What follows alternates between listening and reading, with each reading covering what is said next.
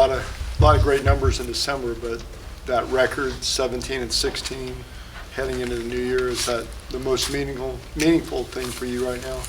Oh yeah. The trajectories pointed up. Yeah. Definitely. We're in a tough conference. We're battling every night. So I'm proud of that record. It's nowhere near enough, but I'm proud of it. We just came off a road trip where we lost 3 games, and I looked at the standings this morning, and we were in the play-in. So that just tells how hard it is to be at the top in this league and in this conference especially. So yeah, tonight was a big one too. Victor, you came out especially with a lot of energy and purpose today. What was the difference? So, wanting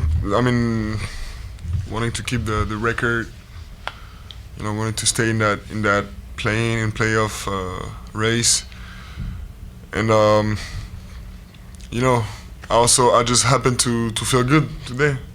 We always have the will to do well, to respect the game plan, to respect our points of of focus each individually. But some days we feel good, and today we did, and it allowed us to set things straight from the very first seconds. And we saw that the team was just clicking in a different way than usual. Mm-hmm. What do you think that was about? So, I would need to watch the game again, and I'm not gonna jump to any conclusions, but I think we learned a lot in this road trip. Even our 3 losses were winnable games where we really respected the game plan, and where my teammates did an incredible job targeting the right players.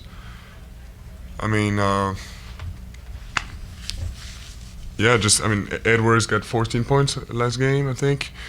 Brunson got barely 20, I think, in New York. So it's it shows how much of a work they do. Jeremy especially does on ball.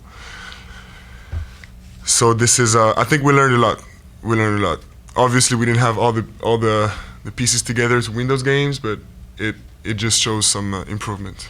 Victor, going back to the first day of camp in September, you had talked about simplicity. Mm-hmm. And kind of working on the simple stuff. Are you still cognizant of that? Is that something that you're still working on, thinking about finding the ways that simplicity can work for you? Yeah. So it's not so much about simplifying my game, but it's more about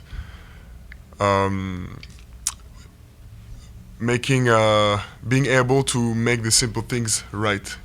The great players, they're great because of their fundamentals. So this is there are some simple things that I'm not mastering yet, and that I need to. He put it in an interesting way. He said, it's amazing how spectacular your simple can be. Mm-hmm. Does that make sense? Do you know what he's talking about there? Of course. He's told me that before, and it's he's totally right. It's who cares? Who cares? Some people care about highlights, but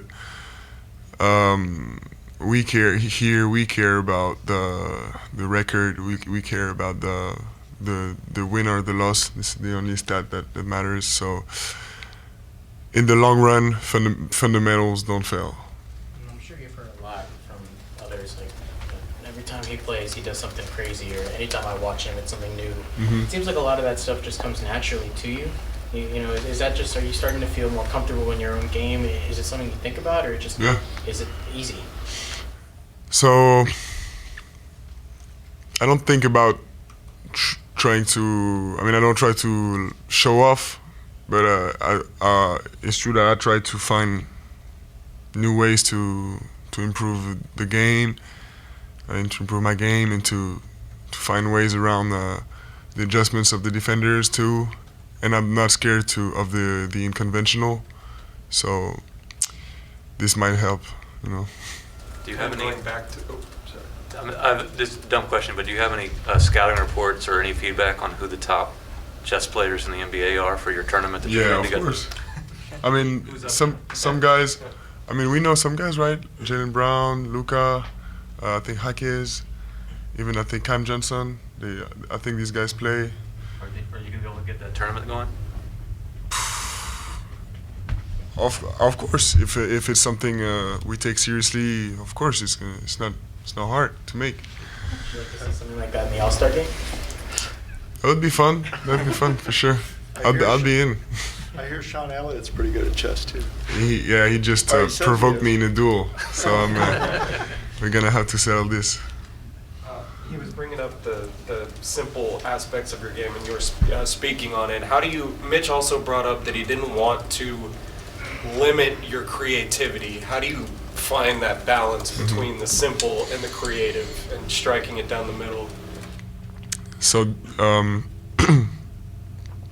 this is what it's all about, you know.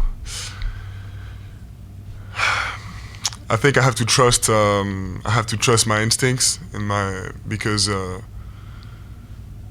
know the craziness happens by itself, and I don't need to force it, you know.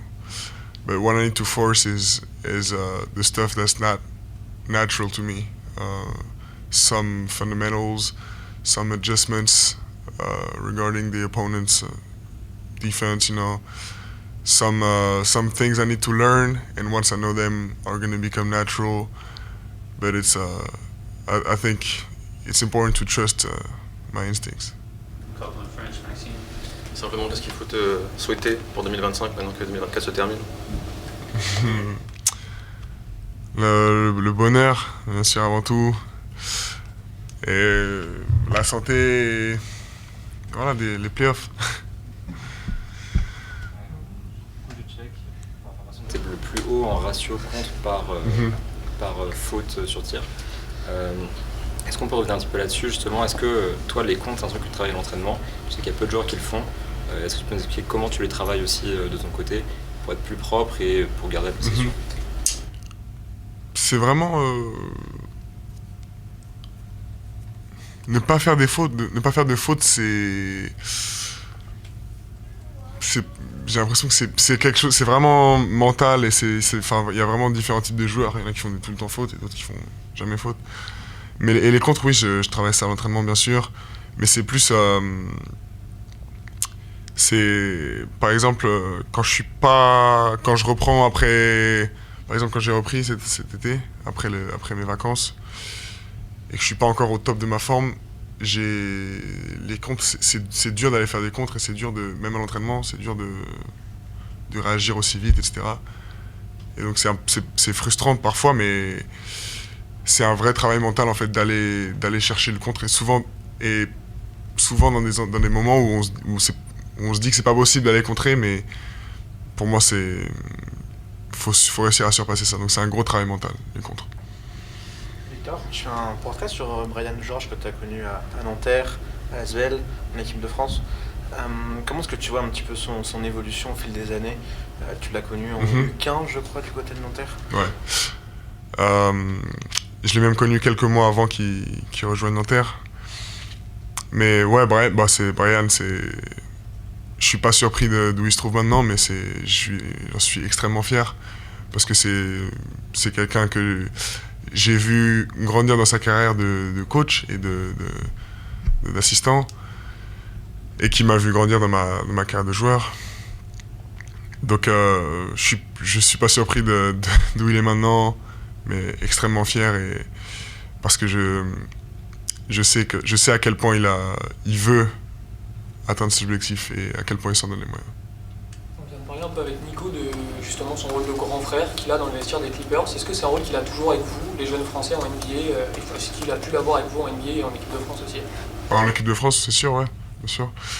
Après en NBA, je sais que, enfin perso, j'ai une bonne relation avec Nico, mais je sais pas si les autres, s'ils communiquent beaucoup. Mais oui, c'est sûr qu'il est toujours prêt à donner des conseils, et il est toujours de bons conseils surtout.